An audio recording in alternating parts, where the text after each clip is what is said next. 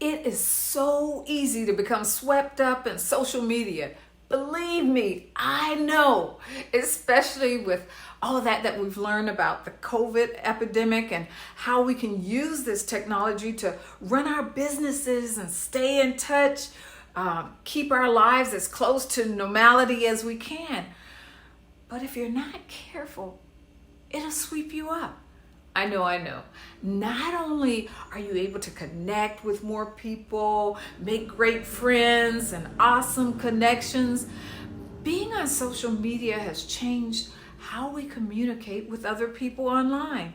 It's not just an entertainment platform anymore, but more importantly, it's a tool for communication, and we can find that we can market our business better, advertise to a larger audience, and all sorts of cool things. So yes, there are a lot of pluses. However, if we don't want it to run our lives, it's important to set boundaries in order to avoid overusing and letting it steal our peace of mind. I know this sounds dramatic, but well, that's what we're discussing today here on Monday Mastery Moments. You know how we can set boundaries online and offline to keep our sanity. Oh yeah, Michelle O'Neill here. Look, I'm all about sanity, and it's important to remember that our online lives are just as real as our offline ones, and social media can be so addicting. How often have you found yourself constantly checking your phone or the computer, feeling obligated to respond immediately when someone else reaches out?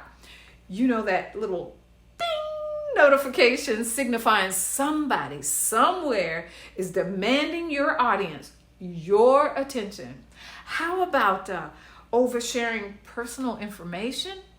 If not yourself, I'm sure you've seen somewhere someone do it and wondering, why in the world would they do that? I've actually seen friends of mine literally share online that they were out of town, and for how long? What? Invitation for mischief.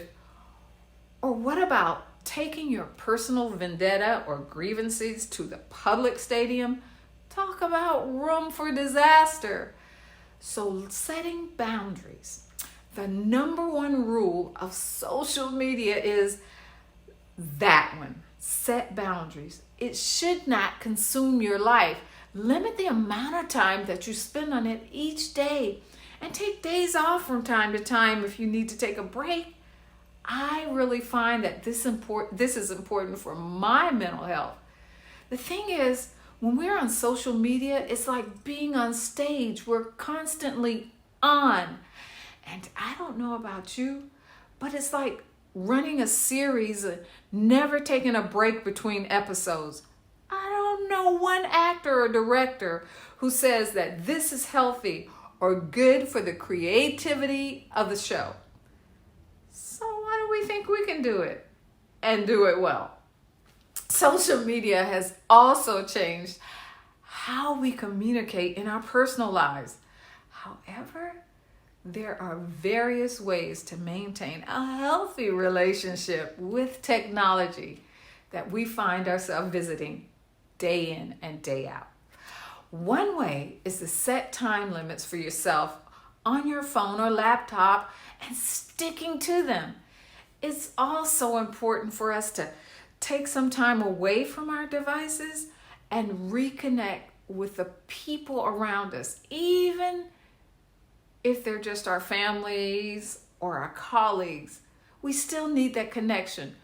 When's the last time you've really had a conversation? You know, at the table or in the car or even at your desk. One where you're turned over your phone, turned off the ringer, and was just present with whomever you were with at that moment.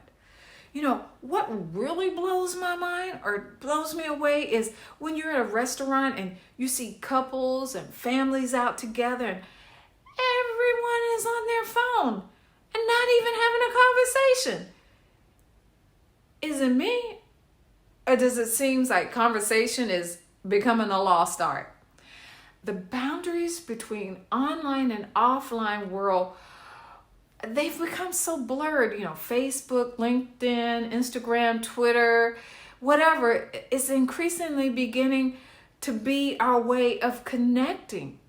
And in many ways, it may even be easier to set boundaries online than it is offline, because online you can at least do things like relationship status, privacy settings, and what you share on your profile.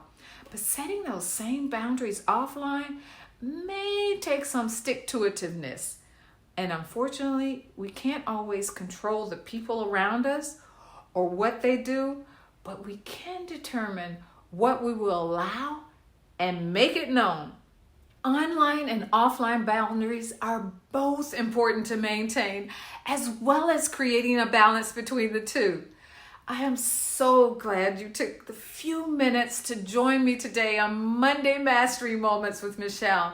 And if you haven't already, take a few minutes to visit Mastering Your Monday podcast, episode 22, where I go deeper into why it's so important to take a step back and regroup, refresh, and rejuvenate our lives from time to time.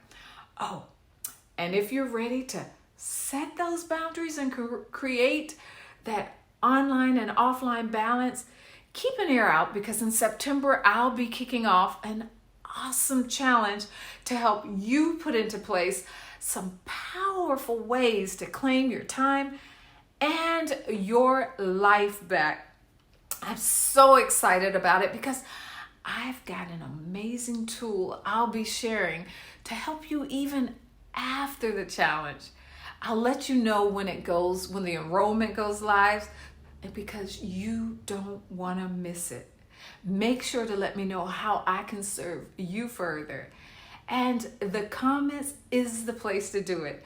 Take time to comment below and share your thoughts and ahas with me. I can't wait to hear them. And I can't wait to see you next week as we come together to master our Mondays and build a life where success is there without the sacrifice. Take care. Bye-bye.